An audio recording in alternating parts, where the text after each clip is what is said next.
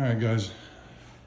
I wouldn't classify myself as a handy guy, but the only thing that was still left wrong with my 1999 Acura RL that has been reconditioned as much as possible myself is the very common steering column issue in these cars. Steering column, the motor will stop working in terms of the up and down positioning. The telescope for some reason still works. Up and down broke a long time ago.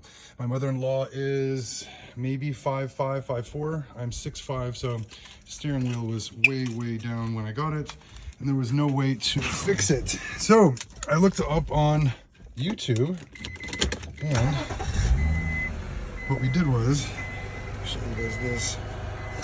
We ended up taking this off here.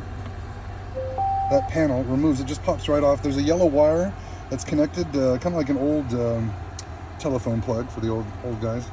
You remove that. In the center here, there's going to be a motor with 4 screws.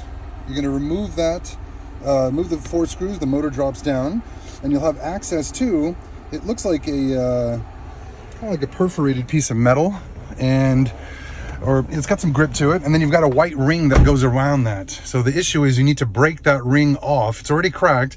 You just need to remove the pieces of the ring and then turn the column with the screwdriver. As it's kind of unrefined as that sounds, but that's what gets it to turn, and you'll see the wheel immediately go up and down. I'm actually getting the car right now to go for a test drive to see what the new position feels like, but this is already a different car, man.